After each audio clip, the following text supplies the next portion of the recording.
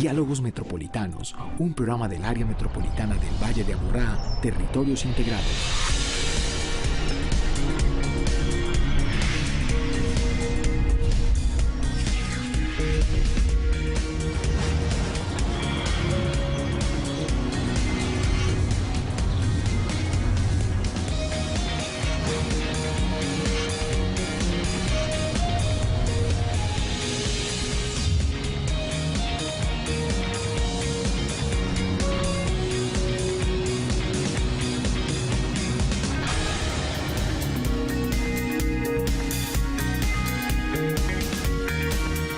Buenas noches, les damos la bienvenida a todos ustedes que se encuentran en sus casas, en los sitios de trabajo, en los centros de investigación, en las diferentes alcaldías del Valle de Aburrá o que nos están viendo desde otras partes del mundo. Sabemos que nos ven desde Boston, que nos están viendo en México, que nos ven desde España, que hay distintas ciudades en donde están conectándose porque tenemos la opción de vernos de una vez en directo desde la señal de Telemedellín, pero también lo pueden ver por www.telemedellin.tv o luego en el Volver a Ver, que está en nuestra página en Telemedellín, pueden verlo las veces que lo necesiten y así nos hemos encontrado con nuevas audiencias. En este momento nos ven por Facebook Live y estamos ahí conectados en una conversación directa que atendemos y que nos relacionamos con ustedes. Gracias por acompañarnos y por mantener esta cita permanente de cada 8 días. Algunos nos ven miércoles a las 8 de la noche, otros nos ven domingos a las 2:30 de la tarde y en cualquier momento es propicio para reflexionar sobre estos temas del Valle de Aburrá.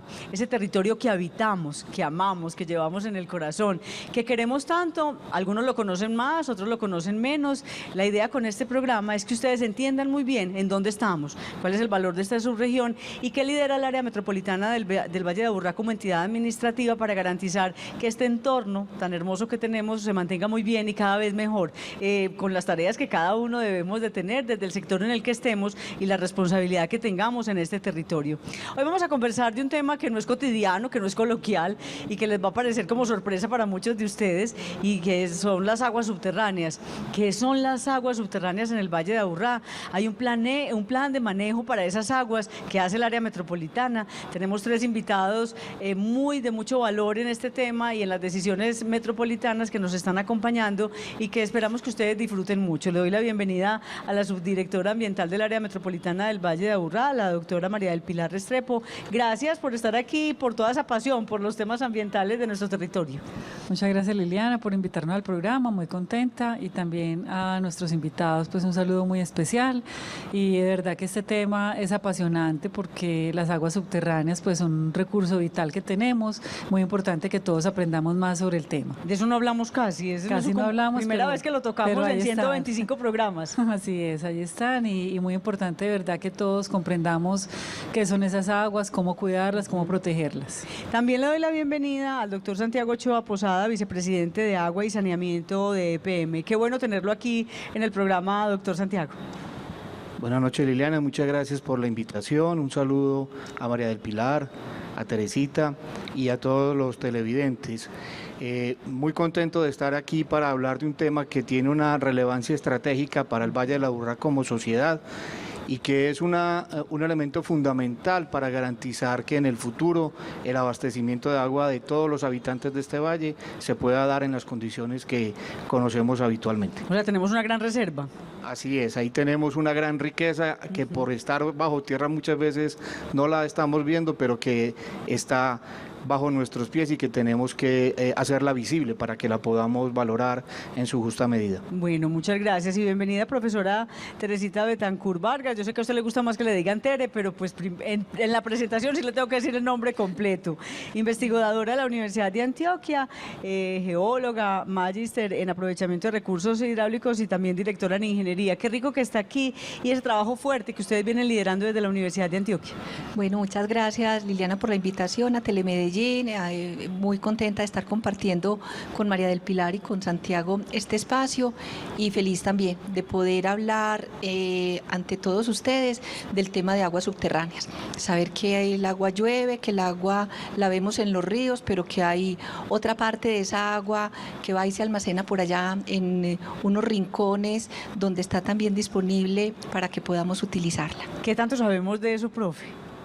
En la comunidad en general, lo entendemos. Sí, yo he contado mucho como la anécdota. Yo llevo 21 años vinculada a la Universidad de Antioquia. Empecé pronto a tratar el tema de aguas subterráneas cuando esto era un tema esotérico y excéntrico.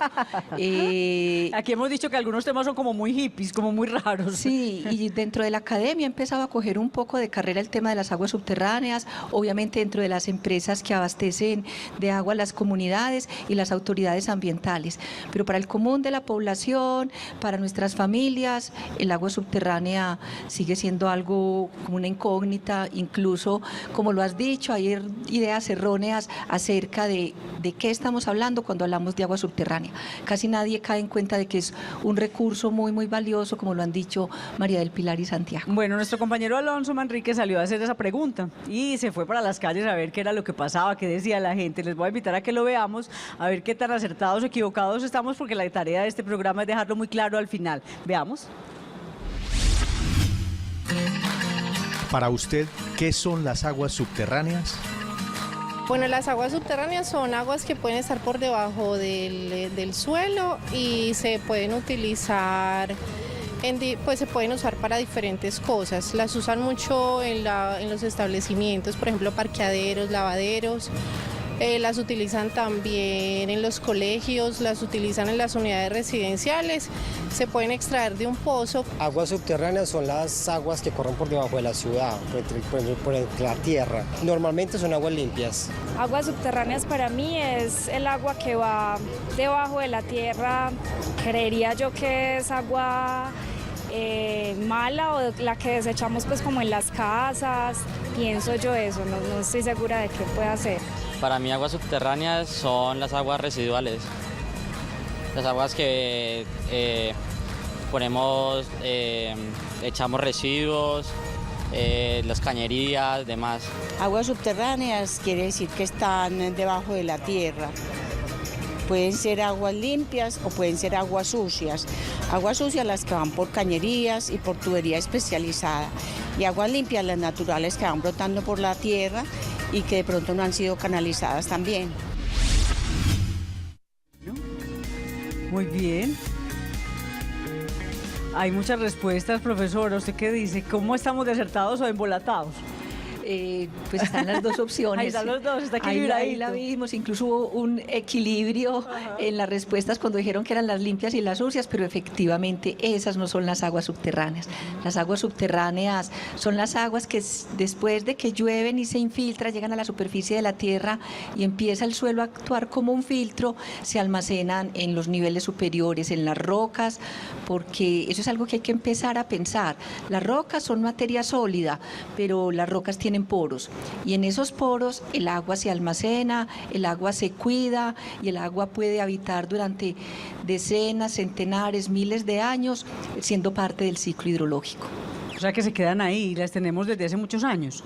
Hay aguas subterráneas muy antiguas. Nosotros podemos hablar de aguas subterráneas a 5, 10, 20 metros por debajo de la superficie de la tierra, pero pongamos atención, podemos hablar de aguas subterráneas a 1000 a 2000 metros de profundidad y es agua que está disponible para ser utilizada por el hombre. Hay ejemplos en ciudades de aquí mismo de Colombia donde se extraen aguas de pozos de 800 metros para abastecer o para complementar el abastecimiento de acueductos. Entonces son aguas que tienen la categoría de recurso natural. ¿Y a quién le pertenecen esas aguas? Los dueños de los recursos del subsuelo es el Estado. Sí. Es el Estado. Es el Estado. Eso es claro, porque entonces debajo de mi casa hay agua, toda esa que hay por ahí debajo es mía. No, eso no es así. Le pertenece al Estado como le pertenece la fachada, como espacio público, como pertenece el antejardín. EPM entonces tiene que ver con garantizar, con cuidar. ¿Qué hace EPM con nuestras aguas subterráneas, con ese acuífero? Bueno, las aguas subterráneas en general son una gran reserva de abastecimiento para las comunidades. En el caso del Valle de la Aburrá, nosotros hemos hecho algunas exploraciones del acuífero para entender qué tanto volumen de agua puede haber, cómo se concentra, cómo se mueve, en qué sectores de la ciudad podemos tener más disponibilidad o menos disponibilidad de agua subterránea. Por el momento nosotros en el Valle de la Aburrá todo el abastecimiento para la comunidad es con agua superficial, pero eso no es así. Nosotros como sociedad somos unos privilegiados porque tenemos todavía abundante recurso de agua en la superficie. Pero es muy común y cada vez más común, lamentablemente, que las ciudades tengan que recurrir a explotar esa agua subterránea, a extraerla para poderse abastecer. Nosotros en EPM, por ejemplo, en la región del Urabá ya tenemos varios de los municipios y corregimientos que tienen que complementar su abastecimiento de agua con aguas subterráneas. Y en la ciudad de Antofagasta, en el desierto de Atacama, desierto más árido del mundo, también es necesario aprovechar esas aguas que hay bajo tierra para poder brindarle a los ciudadanos el suministro de agua potable. Y por lo tanto ahí el papel del área metropolitana es importante, cómo cuidar ese recurso natural, cómo tener plan de manejo para que no se nos pierda o se nos contamine. Sí, claro, nosotros incluso por ley tenemos la obligación como autoridad ambiental de establecer el cuidado de los recursos naturales. El acuífero o estas aguas subterráneas son un recurso natural y por tanto tenemos el deber de establecer los planes de manejo. Tenemos un plan de manejo del acuífero, así como también tenemos el plan de manejo del agua superficial, que es el PORH, y todo está articulado también a lo que es el PONCA, que es el plan de manejo de la cuenca del río Medellín-Aburrá. Entonces, todos estos planes apuntan precisamente a organizar y administrar de una mejor manera este recurso fundamental, en este caso el acuífero. Bueno, y seguramente ustedes están preguntando eso cómo funciona. Ya la profe hizo un gran esfuerzo de explicarnos. Yo me voy por allí, que hay 3 profesionales que hacen parte del equipo de trabajo de la Universidad de Antioquia, de la Red Río, para que nos cuenten muy bien. Ahí están muy juiciosos. Nuestra ingeniera Juliana Osa Valencia, profesional de la Red Río. Hola, ¿cómo están? ¿Cómo estás? ¿Tu nombre es? Andrés Felipe Tapias. ¿Y qué estás haciendo, Andrés, en este trabajo en la Red Río? Yo soy auxiliar de la red de monitoreo de aguas subterráneas. Perfecto. ¿Y tu nombre? Eliana Dosa. ¿Y Eliana, qué haces? Bueno, yo soy estudiante de Ingeniería Ambiental de la Universidad de Antioquia. Estoy trabajando también en el proyecto del Plan de Manejo Ambiental de Acuíferos como auxiliar de ingeniería y también me encuentro pues en este momento realizando un trabajo de investigación acerca pues del acuífero aquí del Valle Aburrá. Y esto entonces es muy exótico, ingeniera, ¿cómo lo ve? El tema está ya muy vigente ya que tenemos estos 2 jóvenes y seguramente muchos entusiasmados con el tema. Claro que sí, hemos ganado muchas personas que quieren indagar más sobre el tema, conocer más sobre las aguas subterráneas. Tenemos dentro de la universidad un grupo fortalecido que estamos como investigando, haciendo tesis de maestría, doctorado, pregrado, estudiando las aguas subterráneas. De verdad que es un tema muy apasionante para todos. Bueno, profe Teresita, usted no se quedó sola. Mire toda la escuela que generó y todo lo que tiene creado. ¿Y cómo funciona? ¿Con qué nos van a mostrar? ¿De qué se trata esta maqueta? Bueno, en el micrófono. Sí, este es un modelo físico en el cual tratamos de representar cómo son las aguas subterráneas en el Valle de Aburrá. Tenemos acá unos espesores que representan gravas y arenas. Este de acá, que sería el acuífero libre. Ese acuífero está sometido a la presión atmosférica y encontramos el agua al nivel pues freático. ¿O por encimita o qué? Sí, el agua que precipita se infiltra y llega hacia el acuífero. Vamos a ver acá cómo se da esto. También tenemos un acuífero semiconfinado que está un poco más profundo y que está separado por esta capa. Ahí Eliana le está echando una agüita azul, la vamos a ver bajar. Exactamente, sí, vamos a ver cómo es que se da ese proceso de la infiltración y también cómo llega a almacenarse ahí para estar disponible para que las personas puedan utilizarla. Perfecto. Este acuífero semiconfinado es más profundo. Hemos explorado muy poco de él, pero conocemos que tiene bastante potencial para ser usado. Entonces ahí va bajando el agüita. Vamos a ver cómo va bajando el agüita, se va infiltrando. Y por aquí Andrés le ayuda por este lado de acá. Por donde no está impermeabilizado, digamos que va ingresando el agua. O sea, donde hay zona verde, baja mucho más fácil que si tenemos toda una plazoleta con cemento. Exactamente, sí. Y también se da un tipo de recargas a los acuíferos que viene lateralmente. Por ejemplo, acá en las laderas se infiltra el agua y lateralmente viaja y llega y recarga los acuíferos para almacenarse también ahí. O sea, se va teniendo sus depósitos naturales, va bajando como su... Exactamente, tiene un modo de fluir que posibilita que se almacene el agua y que esté disponible para que las personas puedan hacer uso de ella. Eliana, ¿se está viendo ya o no? Que yo aquí no veo. Sí, se está viendo súper bonito. Se ve muy bonito. El agua. Bueno, a ver, ¿cómo se ve? Se ve muy bonito, cuéntame. Bueno, acá podemos observar que el agua, después de que precipita, como ya la compañera dijo, se empieza a infiltrar y esta va a ir bajando hasta que encuentra, digamos, la capa confinante, que es como una capa de arcillas, y ahí, como es una capa como impermeable, no deja que se dé el paso. Pero si seguimos acá, digamos, generando como una infiltración, una recarga, va a llegar un momento, como no hay una capa confinante que impida como el paso de esta, va a seguir infiltrándose hasta llegar a nuestro acuífero semiconfinado. ¿Esto pasa, Juliana, en todos los aguaceros o cómo es que llega esa agua ahí? ¿Tiene que haber aguaceros o simplemente la transformación del agua por evaporación, lo que se va llegando, va haciendo todo este proceso? Sí, digamos que la fuente principal como para la que se dé la recarga es la precipitación. Yo voy traduciendo, aguacero. Listo. La lluvia. Las lluvias. Sí, pero tiene que haber unas características especiales en el terreno que permita que quede un poco almacenada y la infiltración posterior hacia el acuífero. Profesora, ¿tiene que decir algo? Dígalo, tranquila. Ay, sí, yo estoy queriendo... Que está que se habla. Sí, estoy que me hable.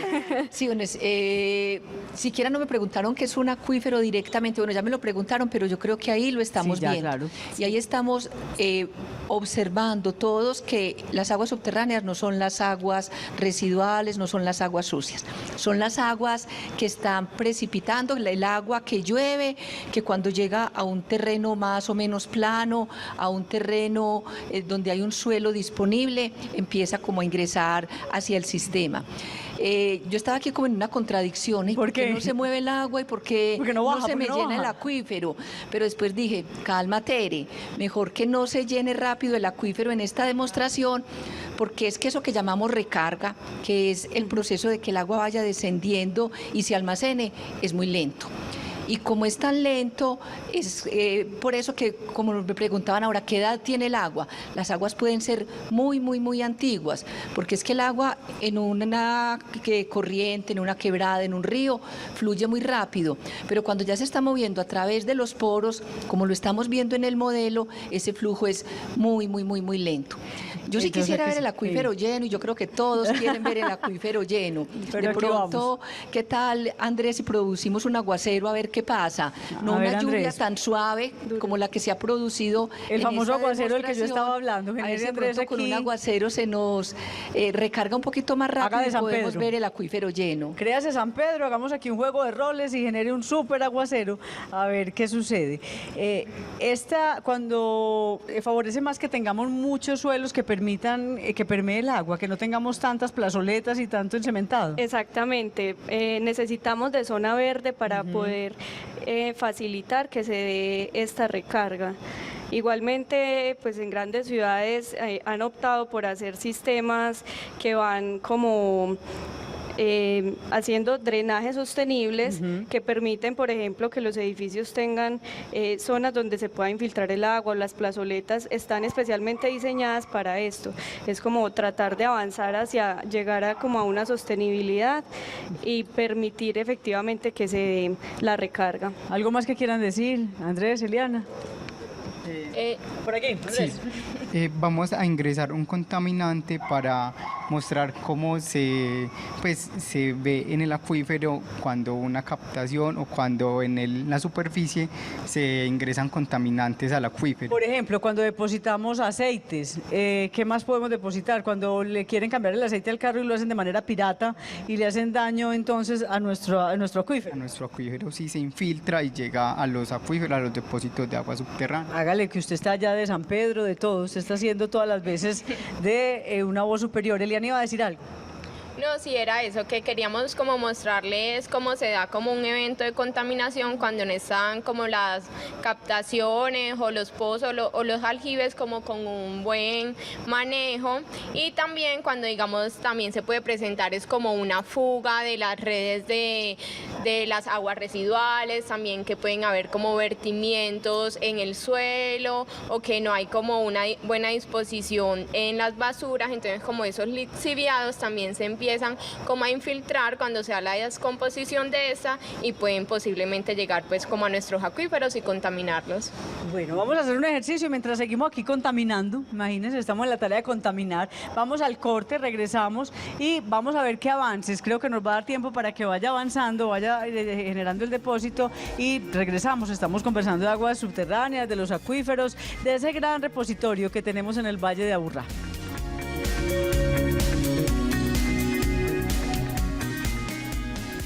Estás viendo Diálogos Metropolitanos.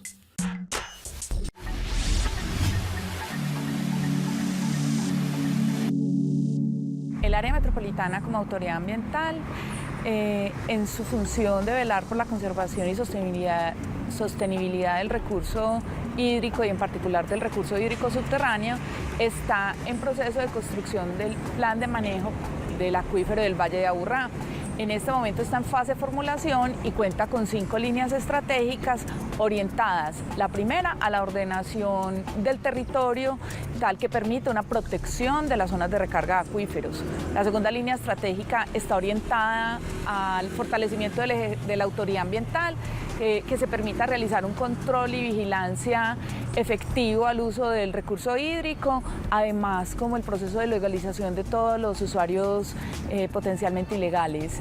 Una tercera línea orientada a la gestión del conocimiento, muy orientada pues como al monitoreo del recurso hídrico y a conocer la oferta y la demanda de la necesidad del recurso hídrico subterráneo. Una cuarta línea asociada a la gobernanza del recurso hídrico, la necesidad de que las autoridades ambientales, territoriales y ciudadanía trabajen de la mano, y una quinta línea asociada a la educación y cultura para la protección del recurso hídrico subterráneo. Para el aprovechamiento de estas aguas subterráneas es necesario contar con los permisos de la autoridad ambiental competente. El trámite implica identificar cuánta cantidad del recurso hídrico se utiliza, conocer la cantidad disponible en la zona, hay que hacer unas pruebas de bombeo y ya se realizan pues unas evaluaciones técnicas al interior del área metropolitana para poder proceder a otorgar el permiso. Para los procesos de legalización, el usuario que en este momento cuente con un pozo donde esté haciendo una captación sin permiso del área metropolitana se debe acercar a las oficinas de atención a usuario. El usuario debe llenar un formulario SINA, que es un formulario nacional. Todas las autoridades ambientales tenemos el mismo formulario SINA. En este formulario se debe depositar información del predio, cédula catastral, propietario del predio. Hay que además entregar una información jurídica y también hay la necesidad de una información técnica que permita caracterizar el pozo. O sea, hay que saber, por ejemplo, cómo es el material que se encuentra al interior del pozo, hay que saber a qué profundidad se encuentra el agua, hay que saber si en el momento en que estamos sacando agua del pozo, qué va a pasar con esas aguas, si se van a profundizar mucho. Entonces, esta información con la que se acopia por parte del usuario y nos lo entrega la autoridad ambiental, nos permite tomar una decisión sobre la posibilidad o no de otorgar el permiso del uso del aprovechamiento del recurso hídrico.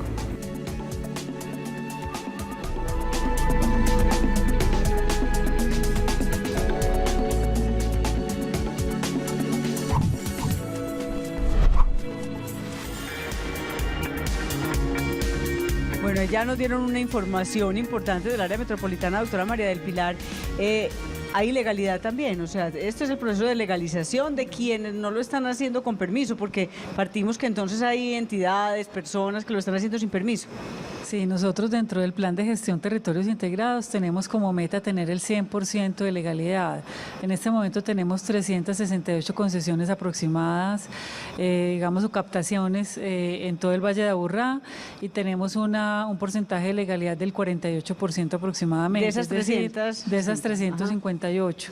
Entonces, ese otro porcentaje pues ya va en un proceso técnico jurídico precisamente para poderlas legalizar, y obviamente, como bien lo explicaba la ingeniera Ana Cecilia ahora, en el caso de que el usuario pues no acceda o no cumpla con los requerimientos, pues se tienen que abrir también los procesos sancionatorios, pero la idea es que tomemos conciencia, o sea, de la importancia del recurso, que lo utilicemos bien, que hagamos las medidas de manejo, y sobre todo, como nos explicaban ahora los jóvenes de la universidad, es que evitemos contaminar este acuífero, y por eso la normatividad es muy clara. Nosotros tenemos tanto concesiones de agua superficial como concesiones de aguas subterráneas, y como autoridad ambiental pues nos corresponde hacer todo ese proceso y al usuario hacer el trámite y entrar en la legalización. ¿Y cómo entra EPM ahí?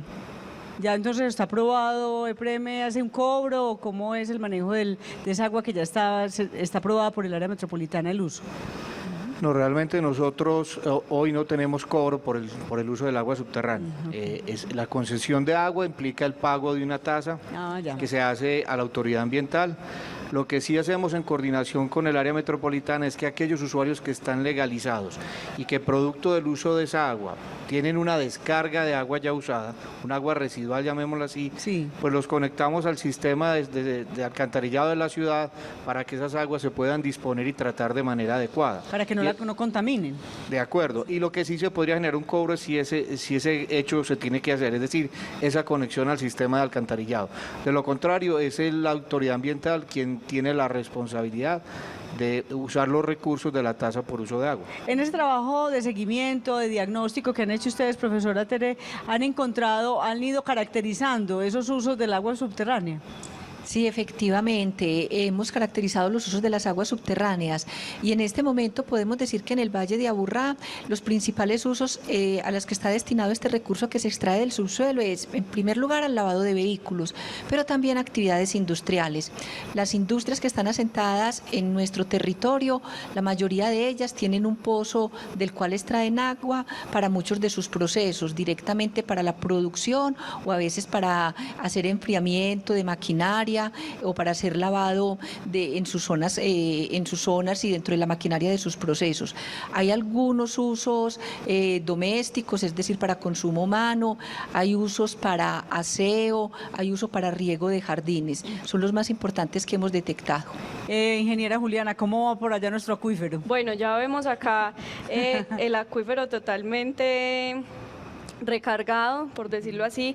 Estos que son unos, digámoslo así, una simulación de unos pozos, unas captaciones de agua subterránea. Vemos acá ya cómo está el nivel del agua. También con lo de los contaminantes. Por ahí se ve ya el moradito, por allá abajo. Exactamente, acá cuando se hace un vertimiento sobre el suelo logramos ver que efectivamente se puede llegar a infiltrar y contaminar los acuíferos, y en las mismas captaciones, si no se realiza un manejo adecuado de ellas, también podemos llegar a contaminar. Es importante saber que de todas maneras revertir una contaminación sobre esos sistemas acuíferos puede llegar a ser imposible casi. Claro, por las profundidades y porque tampoco tenemos identificado hasta dónde llegan. Exactamente, y también porque, digámoslo así, se puede presentar una contaminación puntual en esta captación, pero me puede afectar gran parte del acuífero, o sea, otra captación que tenga al lado 1 kilómetro, 2 kilómetros. Otro aceite, otra cosa. Exactamente, puede también estar tomando de esa contaminación. Bueno, ahí hay un elemento fundamental. ¿Qué está haciendo el área metropolitana por ese cuidado? Bueno, entonces, digamos, desde el ejercicio de control y vigilancia, pues lo que hablábamos ahora, haciendo todo el proceso de legalización, nosotros hacemos visitas de control y seguimiento, identificamos los usuarios y estamos en todo ese tema técnico-jurídico para lograr el 100% de legalidad, desde el ejercicio de control y vigilancia, pero desde el ejercicio ya de gestión ambiental estamos con la Universidad de Antioquia en el marco de lo que es la red de monitoreo del recurso hídrico y también en el marco de la ley, haciendo haciendo el plan de manejo del acuífero. Ya estamos, digamos, en la fase final de formulación, tenemos los ejes pues estratégicos y muy importante que esto ha sido también construido con los diferentes actores. Este plan también está a 2030 y va a tener unas medidas de manejo que van a ser muy importantes precisamente para que haya una gobernanza del recurso hídrico, todo enmarcado en la Política Nacional de Gestión Integral del Recurso Hídrico. Entonces, como autoridad ambiental, estamos en esos frentes, que es muy importante también, Lili, hacer la connotación, y es que esto hace, digamos, hace parte de un tema integral. Nosotros estamos con el Plan Quebradas, que está en el marco del convenio Nuestro Río. Si protegemos, obviamente, nuestro nacimiento, los cursos de agua, pues vamos a tener una mejor infiltración y vamos a potenciar también estas aguas subterráneas, pero también estamos con toda la política de construcción sostenible para lo que nos contaban ahora las estudiantes, que es precisamente tratar de cómo nosotros utilizamos, por ejemplo, mejor las aguas lluvias, cómo esas aguas lluvias pueden alimentar el acuífero. Entonces, todo esto hace parte de una gestión integral de tipo ambiental que hacemos con los diferentes actores y enlazando todos los diferentes planes, programas y proyectos del área metropolitana del Valle de Aburrá. Y eso se conecta directamente, doctor Santiago, con el trabajo insistente que hace EPM y la vicepresidencia que usted dirige sobre ese cuidado del agua, ese valor del agua como fundamental para nosotros, el saneamiento, el cuidado, el de devolverla cada vez más limpia, el de hacer un esfuerzo de cuidarla bastante. En esta agua subterránea, quienes la usan deberán garantizar cuidarla mucho. Así es, yo creo que hay una gran responsabilidad en el cuidado del agua. Nosotros hemos participado conjuntamente con el área metropolitana, en las alcaldías municipales, en los diferentes municipios del Valle de la Aburrá, en todo el plan Quebradas, en la conservación de la cuenca del río Aburrá, pero sobre todo de una manera muy intensa, y en esto yo creo que el Valle de la Aburrá da ejemplo en el país en el saneamiento de las aguas residuales. Este elemento es muy importante porque yo creo que a través de poder devolver a la naturaleza el agua después de usarla, en las condiciones más parecidas al agua como la captamos, ahí como sociedad estamos siendo muy responsables, no solo con el medio ambiente, sino también con nuestros descendientes, con nuestros hijos y nuestros nietos, porque el agua es finita, tendemos a pensar si se acaba, que el agua si es se puede infinita, acabar, ya está pasando en otras partes del mundo. Claro, y lo acabamos de ver este año en Ciudad del Cabo, una ciudad con un potencial económico enorme, en una gran crisis porque no tenían agua para abastecimiento. Y ese tema es más común de lo que creemos. Entonces yo creo que ahí estamos actuando con una gran responsabilidad, no solo con el medio ambiente, sino también con las próximas generaciones, al poder garantizar que devolvemos esas aguas lo más parecidos en sus características a como las captamos de la naturaleza. Porque es un ciclo natural, como lo decía hace un momento Teresita. Esas aguas van a correr por los ríos y eventualmente parte de esas aguas se van a infiltrar en la tierra y van a ir alimentando estos acuíferos. Y a su vez estos acuíferos en periodos de sequía van a alimentar un poco las corrientes y van a mantener un caudal base en esas corrientes. Entonces aquí hay un fenómeno muy bonito desde lo que la naturaleza hace para mantener ese equilibrio de las aguas que están corriendo en la superficie y los almacenamientos subterráneos. Sí, profe. Sí, es que Santiago me leyó el pensamiento. Yo quería hace rato esa conexión decir, ahí acuífera. Es que el agua es una. Ajá. El agua llueve, el agua llega a la superficie de la tierra. Si la zona es pendiente, se va moviendo sobre la superficie para llegar a unos ríos. Lo decía ahora, si la zona es plana, el agua se va a infiltrar y se va a incorporar al acuífero como lo estamos viendo. Pero yo quiero... ¿Qué pasa con el agua en el acuífero? Sí, ¿qué pasa? Se ahí? demora, el agua tarda en llenar todos esos poros y no alcanzamos a ver, como estaba yo aquí haciendo Desesperada, fuerza, a ver que qué se ese viene. recipiente se me llene, que todos los poros estén completamente llenos. Pero imaginémoslo, yo creo que para todos es muy fácil imaginarse qué pasa cuando todos esos poros se llenan.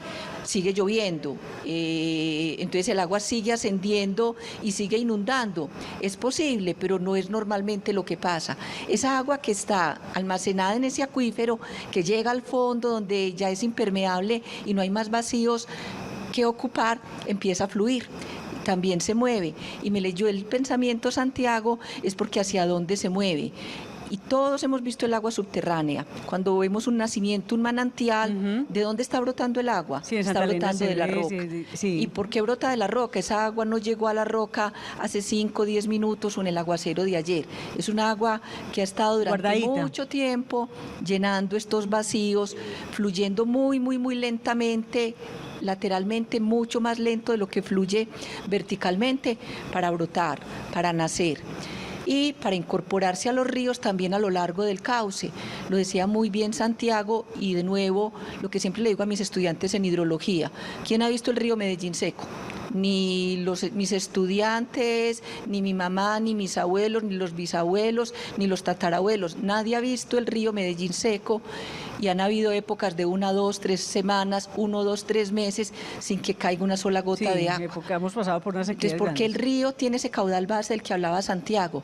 Porque estas aguas, estos reservorios, aparte de estar ahí para que nosotros los utilicemos, si los necesitamos, esos reservorios están fluyendo muy lentamente para no permitir que estos ríos se sequen jamás. Hay un mapa que tenemos aquí en exposición, profesora. ¿Qué quiere decir ese mapa? Bueno, ese mapa... Si quiere, se viene para acá y nos da clase. Sí, bueno, venga, que es que yo sentada mucho usted de rato. movimiento, usted es hiperactiva. Entonces, venga, muéstrenos de qué se trata, porque es parte de su ejercicio y de su investigación. Bueno, tal vez lo identificamos, es el río, es la subregión del Valle de Aburrá, desde Caldas hasta Barbosa. Aquí en el centro está Medellín, y aquí está el río Medellín, desde el Alto de San Miguel hasta la confluencia en el Río Grande. Hay unos colores que nos están mostrando los distintos colores. La posibilidad de que haya agua en las rocas depende de que las rocas sean porosas, y que las rocas sean porosas y que los poros estén conectados. Hay unas más y hay otras menos. En los distintos tonos de azules estamos identificando 3 tipos de rocas o 3 acuíferos que hay en el Valle de Aburrá. Entonces aquí tenemos uno primero, que es el azul más oscuro. Ay, se me movió la imagen. Se movió el mapa, que le pongan el otro, el que tenía anteriormente. Ese. Tenemos este, que es un acuífero somero, como el que nos mostraba Juliana, Eliana y Andrés ahora en el modelo físico. Nos decían, vean, hay uno más cerca a la superficie, es este azul. ¿El azul oscuro o el clarito? El azul oscuro. Listo. Luego hay una capa de arcilla. Todo eso ha sido depositado por el río Medellín y por sus afluentes a lo largo de cientos y miles de años. Sabemos que los ríos depositan arenas, fragmentos de piedras más grandecitos que llamamos gravas, material muy fino que llamamos arcillas, y se van acumulando durante muchos años. Por debajo de estos niveles, más cerquita a la superficie, hay una gran capa de arcilla que hace mucho más lento el flujo, pero luego, después de esa capa de arcilla, hay otra vez materiales que permiten el almacenamiento del agua subterránea, y es el azul clarito. Entonces, miren que todos están siguiendo el eje del río y las desembocaduras de la quebrada Santa Elena, por ejemplo, de la quebrada La Iguaná en el río. Y este otro tono de azul corresponde a una roca que tenemos en la ladera oriental del Valle de Aburrá. Miren que está Copacabana, Bello, Medellín y Envigado. Las atravesamos cuando vamos por la autopista, cuando vamos por Santa Elena o por Las Palmas hacia el oriente.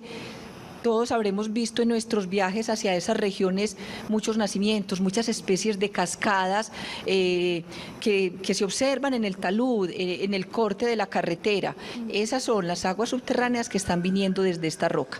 De esta unidad casi no la hemos explorado, y el resto es las vertientes, las laderas de nuestro territorio. Es muy importante, doctor Santiago, tener ese mapa, tener identificado dónde están. Bien, pues se sienta, tranquila, está en casa. Sí, es un trabajo muy bien elaborado, y yo quisiera resaltar algo que acaba de mencionar Teresita. Claro. Es que estamos acostumbrados a ver el agua fluir en metros por segundo. O sea, cuando uno ve el río, cuando ve una quebrada, ve fluir el agua. Tere lo dijo muy bien hace un momento, el agua subterránea está fluyendo en cientos o miles de años. Es decir, se puede mover 1 milímetro en el año. Es un movimiento supremamente lento. Por eso esos acuíferos son tan valiosos, porque recoger el agua allí y que se vaya acumulando es un proceso que la naturaleza tarda mucho tiempo. Y contar con esta información nos da el primer elemento para poder tener los elementos de gobernanza que mencionaba María del Pilar, porque vamos vamos conociendo qué es lo que hay bajo nuestros pies. No podemos querer lo que no conocemos, ahí lo estamos conociendo. Así es. Y sobre todo porque es que los seres humanos tendemos a creer que lo que no es visible no existe. Y realmente no, porque no estemos viendo el acuífero, no está allí bajo nuestros pies.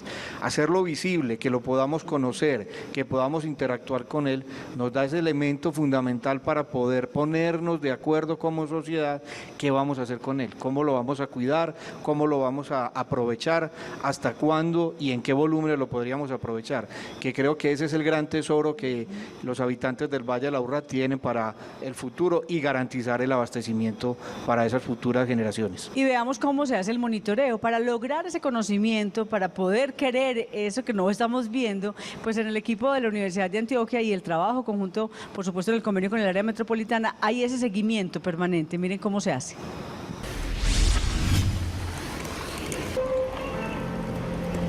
Las aguas subterráneas del Valle de Aburrá cuentan con una red de monitoreo hidrogeológica que abarca 4 aspectos fundamentales para conocer el recurso hídrico subterráneo, que son la piezometría, con el cual medimos la profundidad a la que se encuentra el agua, la hidrogeoquímica, que medimos características químicas del agua, la calidad, con el cual podemos conocer pues, la calidad que tiene las aguas subterráneas en el Valle de Aburrá, y la isotopía, que nos permite validar pues, como el tránsito y el recorrido que tiene el agua subterránea acá en el valle. Hemos identificado que el agua acá en el valle viene desde las partes altas de las laderas y confluye hacia el río Medellín, más o menos en términos generales como el sentido de la pendiente. La autoridad ambiental, por medio de concesiones de agua subterránea, otorga a los usuarios que hacen uso de esta agua un caudal que el cual es necesario pues, que no solo lo sobrepasen para que no se vea afectado pues, y no haya una sobreexplotación pues, como del recurso hídrico subterráneo. Entonces es recomendable que los usuarios no sobrepasen el caudal que les fue otorgado, y si es necesario pues, o ellos necesitan utilizar más agua, pues realicen algunas formas para la reutilización de las aguas que están extrayendo de la captación, pero que no las ingresen nuevamente a la captación, que tengan tanques de almacenamiento en donde puedan hacer uso de ellas.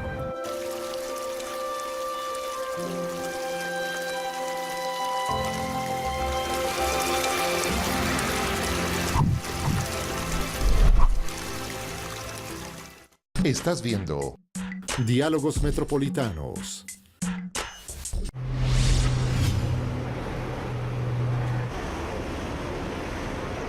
El uso que nosotros le hemos dado al recurso hídrico es para el lavado de vehículos, desde el año 2008. En ese mismo año se sacó la concesión ante la corporación. Nosotros sacamos el agua con una bomba de 5 caballos. La depositamos en un tanque de almacenamiento. De ahí va distribuida a las mangueras para el lavado de vehículos. Tenemos un permiso para captar o sacar agua solamente de 144 metros cúbicos mensuales. ¿Cómo hemos venido bajando ese consumo? Con unos equipos nuevos que se han conseguido, que se han adquirido, como son hidrolavadoras de poca descarga de agua.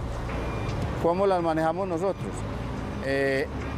Con motores de baja capacidad, con boquillas de bajo consumo. Ahorita en el 2014 también adquirimos la planta para la recirculación del agua congelada en los vehículos. Estamos en un consumo de 82 metros cúbicos al mes y teníamos un permiso para consumirnos 144 metros al mes. Hemos bajado hasta 82 metros cúbicos. Las aguas, después de haberlas utilizado en el lavado de vehículos, son conducidas por unas canaletas que van al trampa grasa y al desarenador. Luego de ahí, con una bombita de medio caballo, se sube el agua ya usada a la planta donde se le hace el tratamiento de recirculación.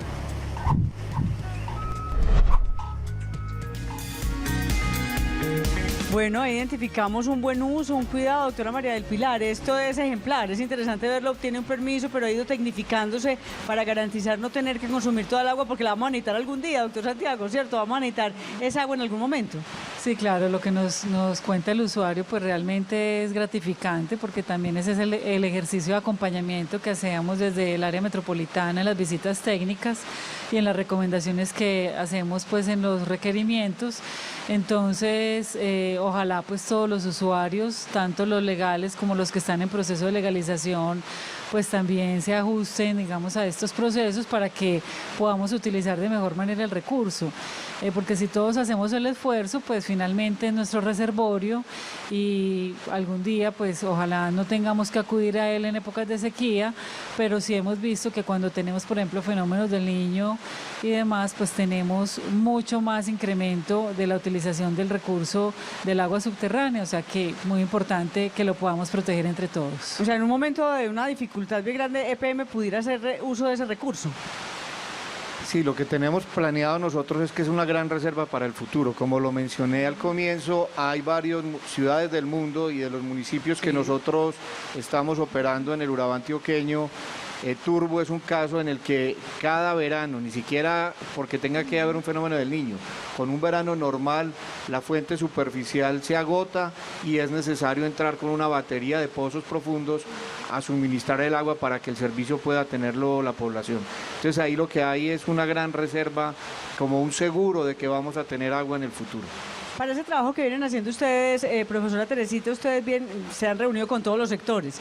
Yo veo en este mapa de públicos o de grupo de interés, tenemos sector industrial, agropecuario y forestal, social, minero, académico, ciencia, servicios, comercial, construcción e infraestructura, institucional. ¿Cómo ha sido ese trabajo con ellos y qué sensación tiene usted de ellos en relación con el tema?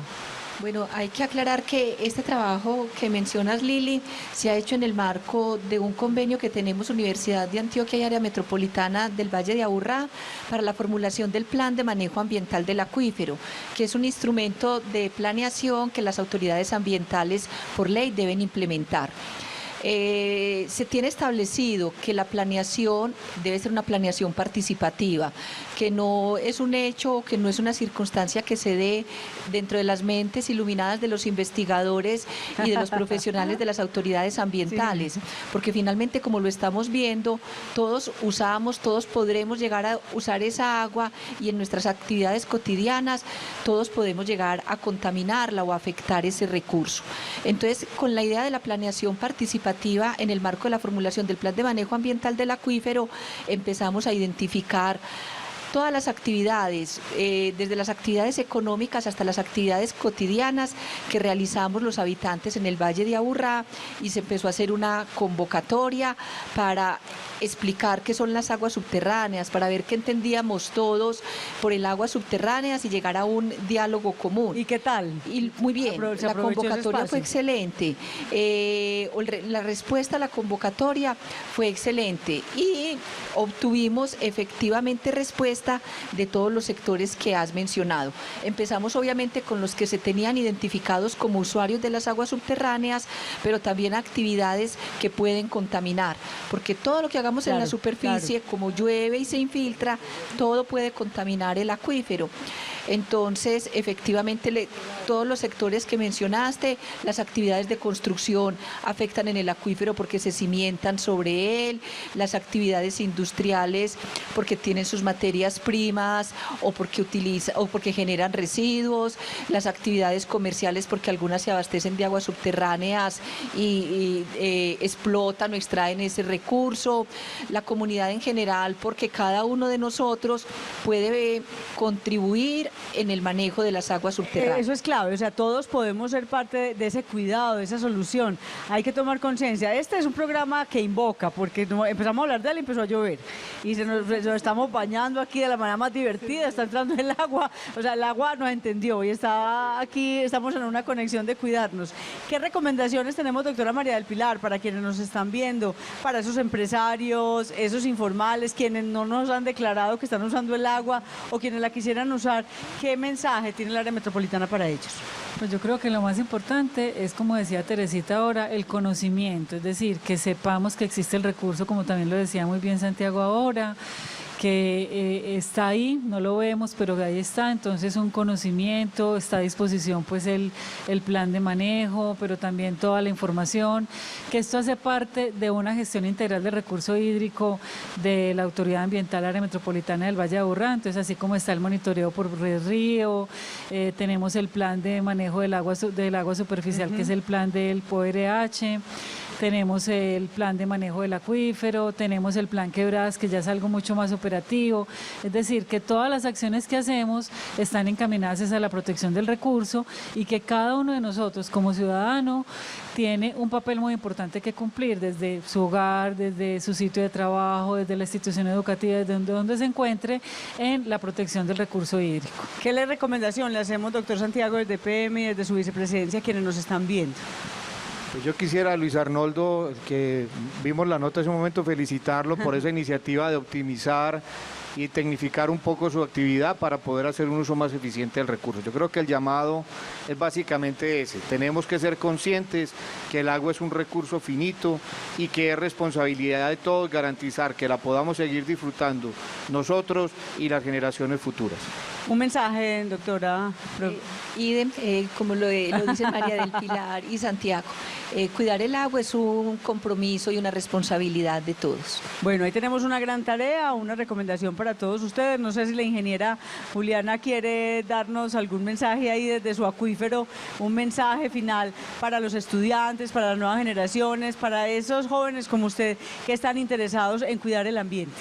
Bueno, digamos que lo que más les puedo decir es que es un tema muy apasionante, que me gusta mucho estudiar, es invitarlos como a incursionar en estos nuevos temas de investigación y aplicarlos. Igualmente también como a las personas que hacen uso del recurso, propender porque las captaciones estén en buen estado para evitar la contaminación y recordar que todo lo que se haga en superficie va a tener repercusiones en el agua subterránea. Bueno, eso es muy importante porque es un llamado siempre, hay que cuidarnos afuera y adentro, hay que estar siempre cuidando nuestro territorio, nuestra madre tierra y también cuidarnos a nosotros, una conexión con nuestras aguas subterráneas, con ese futuro que estamos preparando y depende de todos nosotros, no solamente las instituciones que aquí nos acompañan y que están haciendo muy bien su tarea, sino que la tarea la debemos cumplir usted y yo también para garantizar que esto funcione. Nos vemos. Gracias por acompañarnos y ser parte de Diálogos Metropolitanos.